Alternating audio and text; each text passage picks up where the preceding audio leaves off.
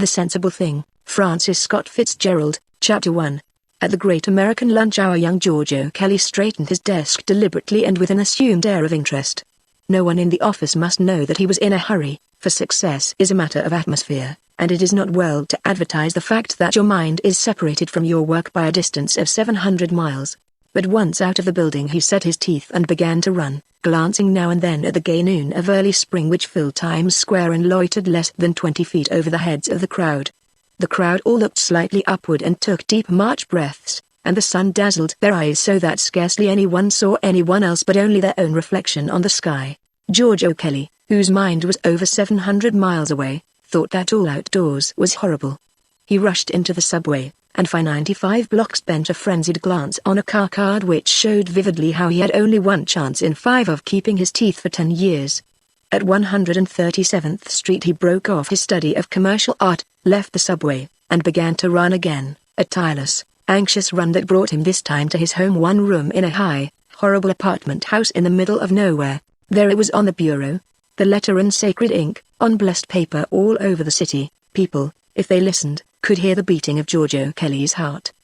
He read the commas, the blots, and the thumb smudge on the margin. Then he threw himself hopelessly upon his bed. He was in a mess, one of those terrific messes which are ordinary incidents in the life of the poor, which follow poverty like birds of prey. The poor go under or go up or go wrong or even go on, somehow, in a way the poor have. But Giorgio Kelly was so new to poverty that had anyone denied the uniqueness of his case he would have been astounded. Less than 2 years ago he had been graduated with honors from the Massachusetts Institute of Technology and had taken a position with a firm of construction engineers in southern Tennessee. All his life he had thought in terms of tunnels and skyscrapers and great squat dams and tall, three-towered bridges, that were like dancers holding hands in a row, with heads as tall as cities and skirts of cable strand. It had seemed romantic to Giorgio Kelly to change the sweep of rivers and the shape of mountains so that life could flourish in the old badlands of the world where it had never taken root before. He loved steel, and there was always steel near him in his dreams, liquid steel, steel in bars, and blocks and beams and formless plastic masses, waiting for him, as paint and canvas to his hand. Steel inexhaustible, to be made lovely and austere in his imaginative fire. At present he was an insurance clerk at $40 a week with his dream slipping fast behind him. The dark little girl who had made this mess, this terrible and intolerable mess, was waiting to be sent for in a town in Tennessee. In 15 minutes the woman from whom he sublet his room knocked and asked him with maddening kindness if, since he was home, he would have some lunch. He shook his head, but the interruption aroused him, and getting up from the bed he wrote a telegram. Letter depressed me. Have you lost your nerve? You are foolish and just upset to think of breaking off. Why not marry me immediately? Sure, we can make it all right. He hesitated for a wild minute, and then added in a hand that could scarcely be recognized as his own, in any case I will arrive tomorrow at 6 o'clock. When he finished he ran out of the apartment and down to the telegraph office near the subway stop. He possessed in this world not quite $100, but the letter showed that she was nervous and this left him no choice. He knew what nervous meant, that she was emotionally depressed, that the prospect of marrying into a life of poverty and struggle was putting too much strain upon her love. Giorgio Kelly reached the insurance company at his usual run, the run that had become almost second nature to him, that seemed best to express the tension under which he lived. He went straight to the manager's office. I want to see you, Mr. Chambers, he announced breathlessly. Well? 2 eyes like winter windows, glared at him with ruthless impersonality. I want to get 4 days vacation. Why, you had a vacation just 2 weeks ago, said Mr. Chambers in surprise. That's true, admitted the distraught young man. But now I've got to have another. Where'd you go last time? To your home? No, I went to a place in Tennessee. Well, where do you want to go this time? Well, this time I want to go to a place in Tennessee. You're consistent, anyhow, said the manager dryly. But I didn't realize you were employed here as a traveling salesman. I'm not, cried George desperately, but I've got to go. All right, agreed Mr. Chambers, but you don't have to come back. So don't. I won't. And to his own astonishment as well as Mr. Chambers, George's face grew pink with pleasure. He felt happy, exultant. For the first time in 6 months he was absolutely free. Tears of gratitude stood in his eyes, and he seized Mr. Chambers warmly by the hand. I want to thank you, he said with a rush of emotion. I don't want to come back.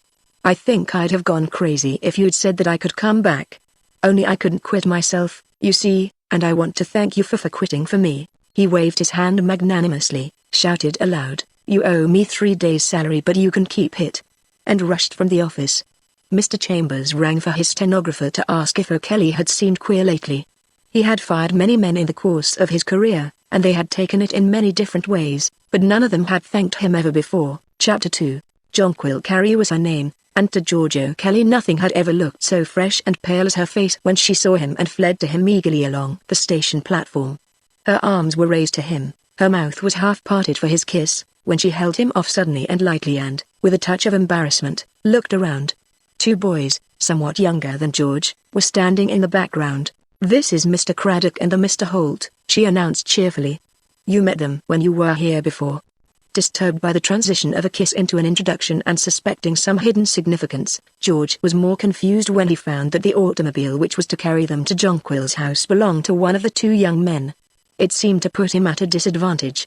On the way Jonquil chatted between the front and back seats, and when he tried to slip his arm around her under cover of the twilight she compelled him with a quick movement to take her hand instead. "Is this street on the way to your house?"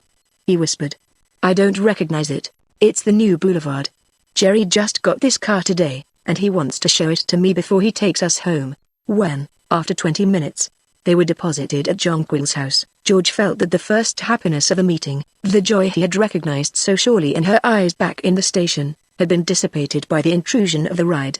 Something that he had looked forward to had been rather casually lost, and he was brooding on this as he said good night stiffly to the 2 young men. Then his ill humor faded as Jonquil drew him into a familiar embrace under the dim light of the front hall and told him in a dozen ways, of which the best was without words, how she had missed him. Her emotion reassured him, promised his anxious heart that everything would be all right. They sat together on the sofa, overcome by each other's presence, beyond all except fragmentary endearments. At the supper hour Jonquil's father and mother appeared and were glad to see George. They liked him, and had been interested in his engineering career when he had first come to Tennessee over a year before. They had been sorry when he had given it up and gone to New York to look for something more immediately profitable, but while they deplored the curtailment of his career they sympathized with him and were ready to recognize the engagement. During dinner they asked about his progress in New York. "Everything's going fine," he told them with enthusiasm. "I've been promoted, better salary." He was miserable as he said this, but they were all so glad. "They must like you," said Mrs. Carey. "That's certain, or they wouldn't let you off twice in 3 weeks to come down here." "I told them they had to," explained George hastily. "I told them if they didn't I wouldn't work for them anymore." "But you ought to save your money," Mrs. Carey reproached him gently. "Not spend it all on this expensive trip." Dinner was over. He and Jonquil were alone and she came back into his arms. "So glad you're here," she sighed. "Wish you never were going away again, darling. Do you miss me?" "Oh, so much, so much." Do other men come to see you often?" "Like those 2 kids?" The question surprised her. The dark velvet eyes stared at him. "Why, of course they do. All the time. Why, I've told you in letters that they did, dearest." This was true when he had first come to the city. There had been already a dozen boys around her, responding to her picturesque fragility with adolescent worship, and a few of them perceiving that her beautiful eyes were also sane and kind. "Do you expect me never to go anywhere?" Jonquil demanded, leaning back against the sofa pillows until she seemed to look at him from many miles away. "And just fold my hands and sit still forever?" "What do you mean?" he blurted out in a panic. "Do you mean you think I'll never have enough money to marry you?" "Oh, don't jump at conclusions so, George." "I'm not jumping at conclusions." "That's what you said." George decided suddenly that he was on dangerous grounds. He had not intended to let anything spoil this night. He tried to take her again in his arms, but she resisted unexpectedly, saying, "It's hot. I'm going to get the electric fan." When the fan was adjusted they sat down again, but he was in a supersensitive mood and involuntarily he plunged into the specific world he had intended to avoid. "When will you marry me? Are you ready for me to marry you?" All at once his nerves gave way, and he sprang to his feet. "Let's shut off the damned fan," he cried. "It drives me wild. It's like a clock ticking away all the time. I'll be with you. I came here to be happy and forget everything about New York and time." He sank down on the sofa as suddenly as he had risen. Jonquil turned off the fan, and drawing his head down into her lap began stroking his hair. "Let's sit like this," she said softly. "Just sit quiet like this, and I'll put you to sleep. You're all tired and nervous and your sweetheart'll take care of you." "But I don't want to sit like this," he complained, jerking up suddenly. "I don't want to sit like this at all. I want you to kiss me." That's the only thing that makes me rest. And anyways, I'm not nervous, it's you that's nervous. I'm not nervous at all." To prove that he wasn't nervous, he left the couch and plumped himself into the rocking chair across the room. "Just when I'm ready to marry you, you write me the most nervous letters, as if you're going to back out, and I have to come rushing down here." "You don't have to come if you don't want to, but I do want to," insisted George. It seemed to him that he was being very cool and logical, and that she was putting him deliberately in the wrong. With every word they were drawing further and farther apart, and he was unable to stop himself or to keep worry and pain out of his voice. But in a minute Jonquil began to cry sorrowfully, and he came back to the sofa and put his arm around her. He was the comforter now, drawing her head close to his shoulder, murmuring old familiar things until she grew calmer and only trembled a little, spasmodically, in his arms. For over an hour they sat there, while the evening pianos thumped their last cadences into the street outside. George did not move, or think, or hope, lulled into numbness by the premonition of disaster. The clock would tick on, past 11, past 12, and then Mrs. Carey would call down gently over the banister beyond that he saw only tomorrow and despair. Chapter 3. In the heat of the next day the breaking point came. They had each guessed the truth about the other, but of the two she was the more ready to admit the situation. "There's no use going on," she said miserably. "You know you hate the insurance business, and you'll never do well in it." "That's not it," he insisted stubbornly. "I hate going on alone. If you'll marry me and come with me and take a chance with me, I can make good at anything, but not while I'm worrying about you down here." She was silent a long time before she answered, not thinking, for she had seen the end, but only waiting, because she knew that every word would seem more cruel than the last. Finally she spoke. "George, I love you with all my heart, and I don't see how I can ever love anyone else but you. If you'd been ready for me 2 months ago, I'd have married you. Now I can't, because it doesn't seem to be the sensible thing." He made wild accusations there was someone else she was keeping something from him. "No, there's no one else." This was true. But reacting from the strain of this affair, she had found relief in the company of young boys like Jerry Holt, who had the merit of meaning absolutely nothing in her life. George didn't take the situation well, at all. He seized her in his arms and tried literally to kiss her into marrying him at once. When this failed, he broke into a long monologue of self-pity, and ceased only when he saw that he was making himself despicable in her sight. He threatened to leave when he had no intention of leaving, and refused to go when she told him that, after all, it was best that he should. For a while she was sorry, then for another while she was merely kind. "You'd better go now," she cried at last, so loud that Mrs. Carey came downstairs in alarm. "Is something the matter?" "I'm going away, Mrs. Carey," said George brokenly. Jonquil had left the room. "Don't feel so badly, George." Mrs. Carey blinked at him in helpless sympathy, sorry and, in the same breath, glad that the little tragedy was almost done. "If I were you, I'd go home to your mother for a week or so. Perhaps after all this is the sensible thing." "Please don't talk," he cried. "Please don't say anything to me now." Jonquil came into the room again. Her sorrow and her nervousness alike tucked under powder and rouge and hat. "I've ordered a taxicab," she said impersonally. "We can drive around until your train leaves." She walked out on the front porch. George put on his coat and hat and stood for a minute exhausted in a hall. He had eaten scarcely a bite since he had left New York. Mrs. Carey came over, drew his head down and kissed him on the cheek, and he felt very ridiculous and weak in his knowledge that the scene had been ridiculous and weak at the end. If he had only gone the night before, left her for the last time with a decent pride. The taxi had come, and for an hour these two that had been lovers rode along the less frequented streets.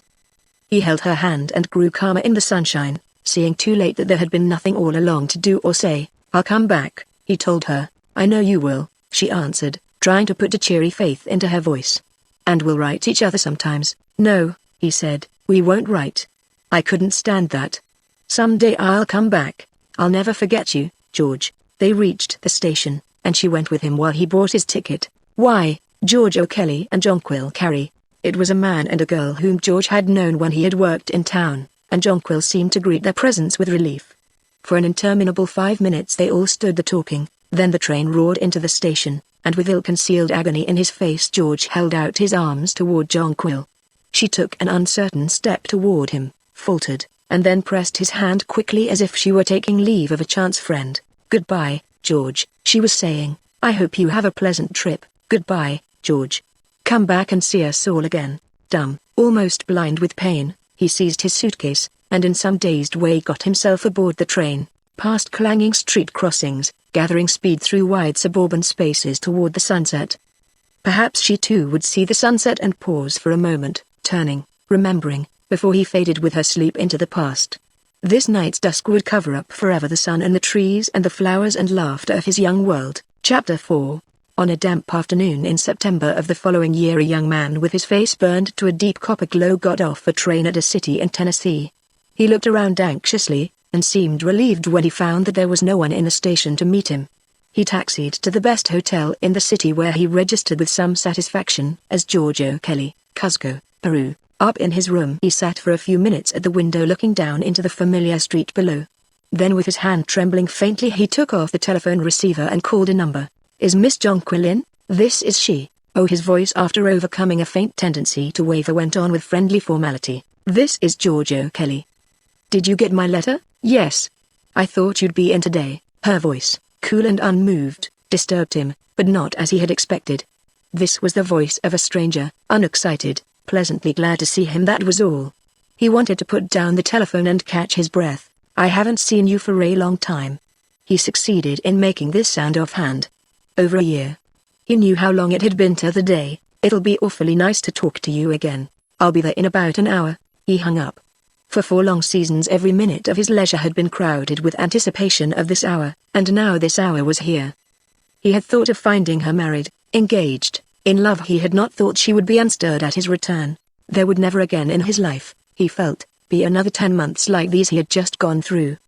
He had made an admittedly remarkable showing for a young engineer, stumbled into 2 unusual opportunities, one in Peru, whence he had just returned, and another, consequent upon it, in New York, whither he was bound. In this short time he had risen from poverty into a position of unlimited opportunity. He looked at himself in the dressing-table mirror. He was almost black with tan, but it was a romantic black, and in the last week, since he had had time to think about it, it had given him considerable pleasure. The hardiness of his frame, too, he appraised with a sort of fascination. He had lost part of an eyebrow somewhere, and he still wore an elastic bandage on his knee, but he was too young not to realize that on the steamer many women had looked at him with unusual tributary interest. His clothes, of course, were frightful. They had been made for him by a Greek tailor in Lima in 2 days. He was young enough, too, to have explained this sartorial deficiency to Jonquil in his otherwise laconic note. The only further detail it contained was a request that he should not be met at the station. George O'Kelly, of Cusco, Peru, waited an hour and a half in the hotel, until, to be exact, the sun had reached a midway position in the sky. Then, freshly shaven and talcum powdered toward a somewhat more Caucasian hue, for vanity at the last minute had overcome romance, he engaged a taxicab and set out for the house he knew so well. He was breathing hard. He noticed this, but he told himself that it was excitement, not emotion. He was here, she was not married, that was enough. He was not even sure what he had to say to her. But this was the moment of his life that he felt he could least easily have dispensed with. There was no triumph, after all, without a girl concerned, and if he did not lay his spoils at her feet he could at least hold them for a passing moment before her eyes. The house loomed up suddenly beside him, and his first thought was that it had assumed a strange unreality. There was nothing changed, only everything was changed. It was smaller and it seemed shabbier than before. There was no cloud of magic hovering over its roof and issuing from the windows of the upper floor. He rang the doorbell and an unfamiliar colored maid appeared. Miss Jonquil would be down in a moment. He wet his lips nervously and walked into the sitting room, and the feeling of unreality increased. After all, he saw, this was only a room, and not the enchanted chamber where he had passed those poignant hours. He sat in a chair, amazed to find it a chair, realizing that his imagination had distorted and colored all these simple familiar things. Then the door opened and Jonquil came into the room, and it was as though everything in it suddenly blurred before his eyes.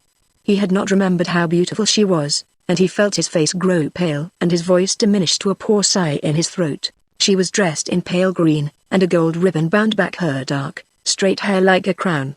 The familiar velvet eyes caught his as she came through the door, and a spasm of fright went through him at her beauty's power of inflicting pain. He said hello, and they each took a few steps forward and shook hands.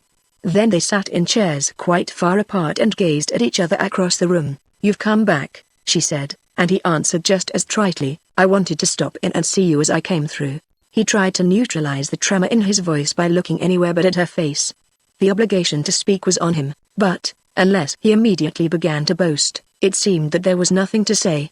There had never been anything casual in their previous relations. It didn't seem possible that people in this position would talk about the weather. "This is ridiculous," he broke out in sudden embarrassment. "I don't know exactly what to do. Does my being here bother you?" "No." The answer was both reticent and impersonally sad. It depressed him. "Are you engaged?"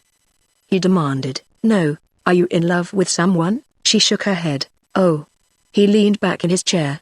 Another subject seemed exhausted. The interview was not taking the course he had intended. "Jonquil," he began, this time on a softer key, "after all that's happened between us, I wanted to come back and see you. Whatever I do in the future, I'll never love another girl as I've loved you." This was one of the speeches he had rehearsed. On the steamer it had seemed to have just the right note, a reference to the tenderness he would always feel for her combined with a non-committal attitude toward his present state of mind.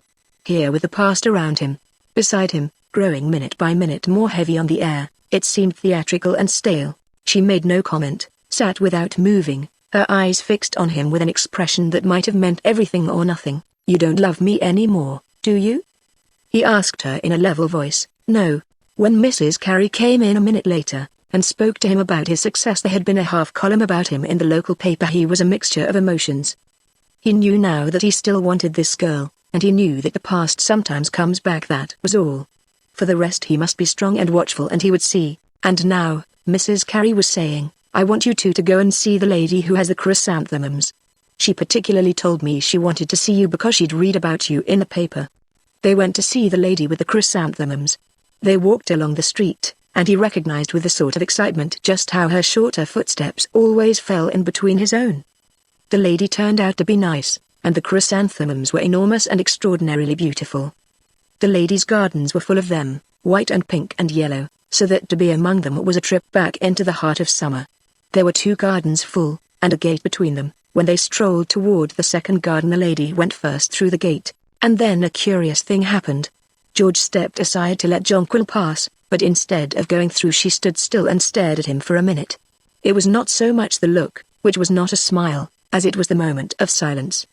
They saw each other's eyes, and both took a short, faintly accelerated breath, and then they went on into the second garden. That was all. The afternoon waned. They thanked the lady and walked home slowly, thoughtfully, side by side. Through dinner too they were silent. George told Mr. Carey something of what had happened in South America, and managed to let it be known that everything would be plain sailing for him in the future.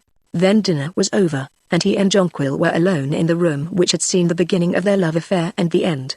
It seemed to him long ago and inexpressibly sad. On that sofa he had felt agony and grief such as he would never feel again. He would never be so weak or so tired and miserable and poor. Yet he knew that that boy of 15 months before had had something, a trust, a warmth that was gone forever. The sensible thing they had done, the sensible thing. He had traded his first youth for strength and carved success out of despair. But with his youth, life had carried away the freshness of his love. "You won't marry me, will you?" he said quietly. Jonquil shook her dark head. "I'm never going to marry," she answered. He nodded. "I'm going on to Washington in the morning," he said. "Oh, I have to go. I've got to be in New York by the 1st, and meanwhile I want to stop off in Washington. Business." "No, oh," he said as if reluctantly. "There's someone there I must see who was very kind to me when I was so down and out." This was invented.